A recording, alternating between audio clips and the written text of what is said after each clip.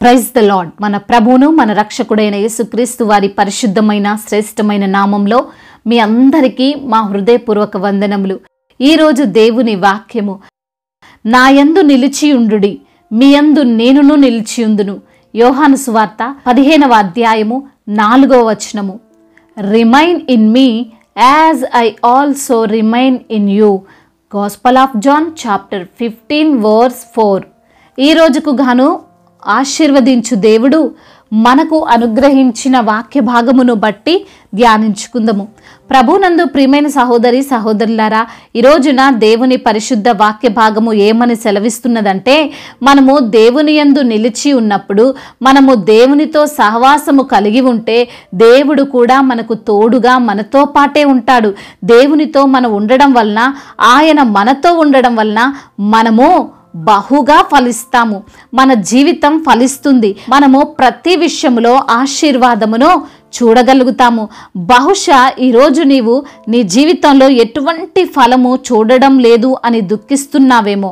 గర్భఫలము లేక, భూఫలము లేక, ఉద్యోగ వ్యాపారములో ఎదుగుదల లేక, శారీరకంగా అనారోగ్యముతో ఉంటూ కుమారులు కుమార్తెలను మంచి మార్గములో లేక ఈరోజున నీవు విచారముతో ఉన్నావేమో.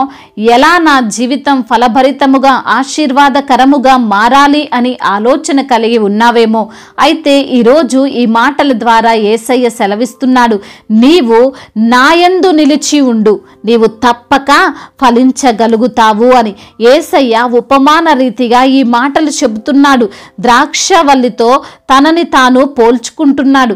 ద్రాక్ష తీగలను తనతో ఉన్నవారిగా సెలవిస్తున్నాడు. ప్రభు అంటున్నాడు, తీగ ద్రాక్షవల్లిలో నిలిచి ఉంటేనే గాని తనంతట తానే ఎలాగో ఫలించదో, అలాగే నాయందు నిలిచి ఉంటేనే గాని మీరును ఫలింపరు. ద్రాక్షవల్లిని నేను, తీగలు మీరు.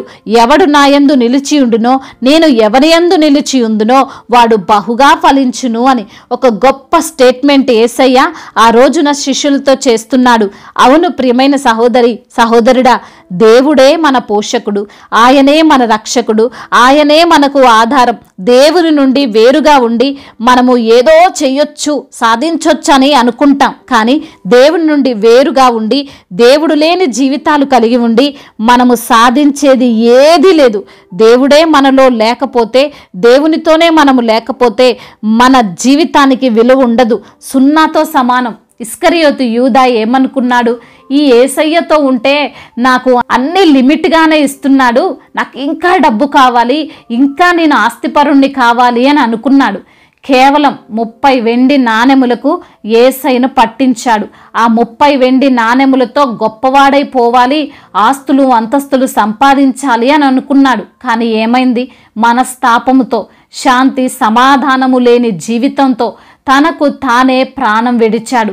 యేసయ్యతో ఉన్నప్పుడు డబ్బు సంచే అతనితో పాటు ఉన్నది. అయినా ఆ జీవితాన్ని బట్టి తృప్తి పడలేకపోయాడు. యోనా దేవుడు చెప్పిన పని చేయకుండా ఆయనకు దూరంగా పారిపోవాలని అనుకున్నాడు. ఆ నినేవే ప్రజలకు చెప్పి వారితో నేను ఎందుకు తిట్లు తినాలి, ఎందుకు కొట్టించుకోవాలని ఆయన నుండి వేరే ఉండాలి అని అనుకున్నాడు. కానీ పడవ ఎక్కిన దగ్గర నుండి అలలు, తుఫాను, శోధన, ఆ నావికులతో నిందలు, మనశ్శాంతి ఉన్నదా?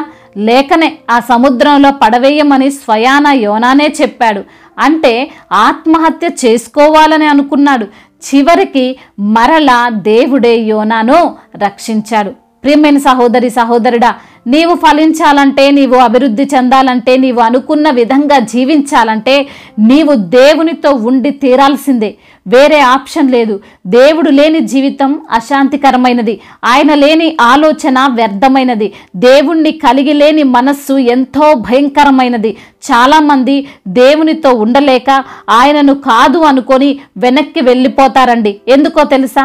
అక్రమముగా ధనము సంపాదించడం సాధ్యం కాదు. అవినీతితో ఉండడం కుదరదు. పాపము చేయడం, ఇష్టానుసారంగా మాట్లాడడం కుదరదు. యథార్థంగా జీవించాలి, మద్యము తాగకూడదు. ఇలా వారి యొక్క సొంత ఈ లోకపు విలాసాలు అనుభవించడం సాధ్యము కాదని దేవుణ్ణి వదిలివేయడానికి సిద్ధపడతారు. దేవునికి వేరుగా ఉంటే ఎలా అయినా ఉండొచ్చు, ఎంత డబ్బైనా అక్రమంగా అయినా ఎలా అయినా సంపాదించొచ్చని ఆలోచన చేస్తారు. కానీ వారు చేసేది సాధించేది ఏమీ లేదు.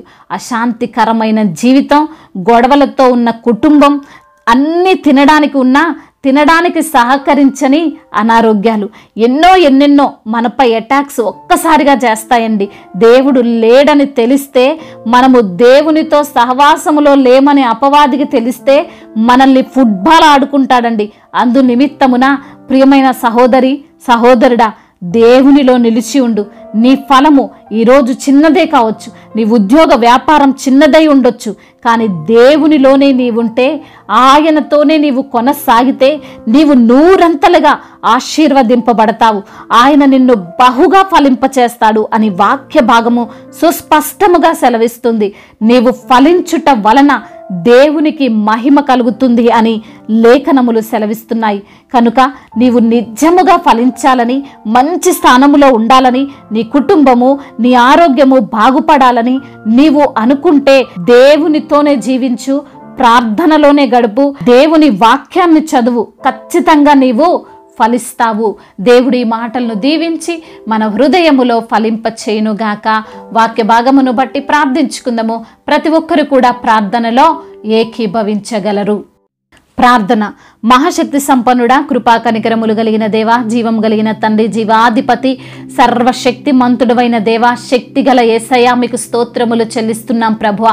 అవును నా తండ్రి, ఈ రోజున వాక్యము ద్వారా మీరు మాతో మాట్లాడారు అయా. మమ్మల్ని తండ్రి అయా ఫలించే వారిగా, ఆశీర్వాదకరముగా మీరు మారుస్తారని అయా, మీలో ఉన్న వారిని అయా బహుగా ఫలింపజేస్తానని తండ్రి వాక్యము ద్వారా మీరు మాతో మాట్లాడి మమ్మల్ని ఎంతగానో ధైర్యపరిచి ప్రోత్సహించిన మీ అమూల్యమైనటువంటి మాటలను బట్టి మీకు స్తోత్రములు. అవును నా తండ్రి అయా, మీలో ఉంటేనే మాకు ఆశీర్వాదమని, మీతో జీవిస్తేనే మేము తండ్రి ఆశీర్వాదకరముగా ఉంటామని తండ్రి సెలవిచ్చిన దేవా, మీకే కోట్లాది కోట్ల స్తుతులు స్తోత్రములు. అయా, ఎందరైతే బిడ్డలు ఈ రోజున వాక్యమును విని ప్రార్థనలో ఏకీభవిస్తున్నారో ప్రతి బిడ్డను మీరు పేరు పేరున దీవించండి, ఆశీర్వదించండి, బలపరచండి. మీ కృప చేత, మీ కనికరము చేత ప్రతి బిడ్డను తృప్తిపరచమని వేడుకుంటున్నాం. అదేవిధంగా నా తండ్రి, శాపానికి గురైనటువంటి బిడ్డలను మీరు జ్ఞాపకం చేసుకోనండి అయా. మీ ఆ శాపమును వారి మీద కొట్టివేసి ప్రభు ఆశీర్వాదకరముగా మార్చమని వేడుకుంటున్నాం. అనారోగ్య సమస్యల చేత బాధించబడుతున్న ప్రతి బిడ్డను తండ్రి అయా, ఆ యొక్క అనారోగ్య సమస్య నుండి విడిపించమని వేడుకుంటున్నాం. అపవాది వేస్తున్నటువంటి పన్నాగాల నుండి బిడ్డలకు విడుదల దయచేయండి. మీలో ఫలించే బిడ్డలుగా ప్రతి బిడ్డను లేవనెత్తండి అయా. ఈ రోజున ఎందరైతే బిడ్డలు అనారోగ్య సమస్యలతో, చెప్పుకోలేని రోగములతో, రుగ్మతలతో, వ్యాధి బాధలతో ఈ రోజున తండ్రి దుఃఖిస్తున్నారో వారిని లేవనెత్తండి. వారికి ఉన్న అనారోగ్య సమస్యను యేసు రక్తములో కడిగి పరిశుద్ధపరచండి, వారిని పవిత్రపరచమని వేడుకుంటున్నాం. రుణ భారాల నుండి బిడ్డలకు విడుదల దయచేయండి. రుణం ఎలా తీర్చుకోవాలో తగిన జ్ఞానాన్ని వారికి మీరు అనుగ్రహించండి. కుటుంబంలో శాంతి, అశాంతికరమైనటువంటి పరిస్థితులన్నింటినీ యేసు నామములో కొట్టివేయండి. శాంతిని, సమాధానాన్ని వారి గృహములో దయచేయమని వేడుకుంటున్నాం అయా.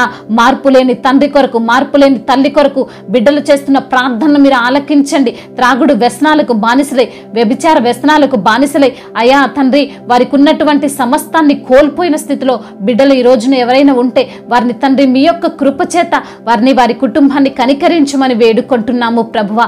అదేవిధంగా నా తండ్రి, యవ్వన బిడ్డల నిమిత్తం ప్రార్థిస్తున్నాము. గేమ్స్కి ఎడిక్ట్ అయిపోయి అయా మరి తండ్రి పాప జీవితంలో జీవిస్తున్నటువంటి బిడ్డలను బట్టి వేడుకుంటున్నాం ప్రభువా. అయా, ప్రతి బిడ్డ నా తండ్రి మీ యొక్క కృప ద్వారా రక్షించబడుతున్నట్లుగా కృపను అనుగ్రహించమని బ్రతిమిలాడుకుంటున్నాం ప్రభా.